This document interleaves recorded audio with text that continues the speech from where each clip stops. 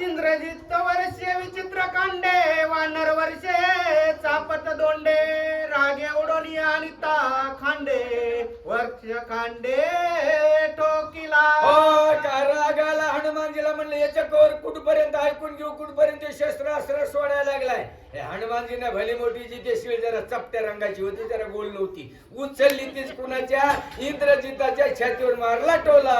साटोपे हानिता शिवशक्ती वानर वर्षाती पार्वती इंद्रजित वेडावला चित्ती रणी मारुती नाटोपे. रणी मारुती नाटोपे कारण तिथे असणार इंद्रजिताचं धैर्य मडको फुटलं.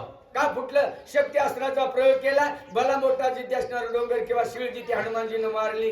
म्हणला इंद्रजित, म्हणला हे माकड मला ऐकत नाही, मग कशाला गेलतास तिथं? बापाचा आदेश आहे केल्याशिवाय भागत नाही. त्याच्यानंतर राजवर्गामधला राजकुमार आहे इंद्रजित असणारा घाबरला. काय करता पुढावा? एक चेंडू चक्र पै सोडी तुझ्या आणि प्रचंड दोंडी सवडी आणि तालवडी समूळ दोंडी पै तुझा.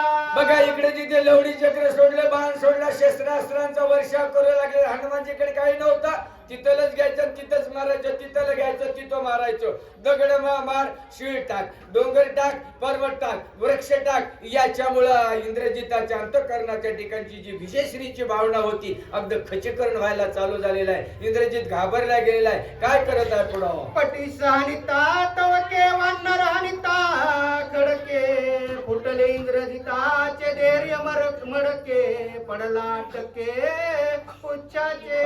पटला टक पुच्छाचे. आता खळ्याच्या खळ्याचे आता राहिले नाहीत खळे, पण त्या खळ्याच्या बाजूने काय असते मला बी काही माहित नाही. काय असते? कडियाडा. हनुमानजीने कडियाडा सगळ्याच्या शेंड्याच्या बाजून टाकला होता. काय? आतलं मधून बाहेर जाऊ नये, आणि बदल बाहेर जर गेलं तर मात्र होतं. या हेच तत्वज्ञान हनुमानजीने अंतःकरणामध्ये साठवून ठेवलेलं होतं. बाहेर आलेला जायचं, तेवढ्यासारखे उभा राहिले. एका बाजूने शिपूट करते, हात दोन कामं करते, वेगवेगळ्या प्रकारचा शस्त्रास्त्र टाकल्यामुळं आणि इकडून हनुमानजीनं वृक्ष वेली टाकल्यामुळं हे धैर्य म्हणतो म्हणजे हृदय संपलं, विदीर्ण झालं. फुटलं नाही, विदीर्ण झालं.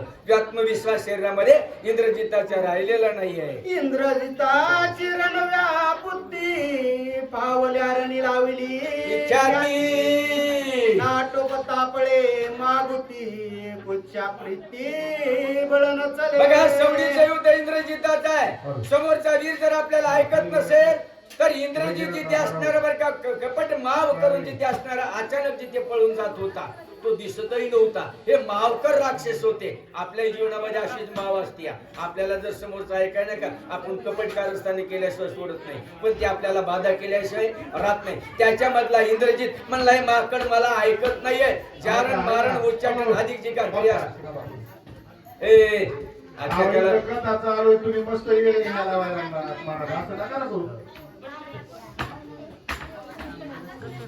कमी करा म्हणा. बोलू नका बाकीचे. दर रविवारी तेच सांगतो मी.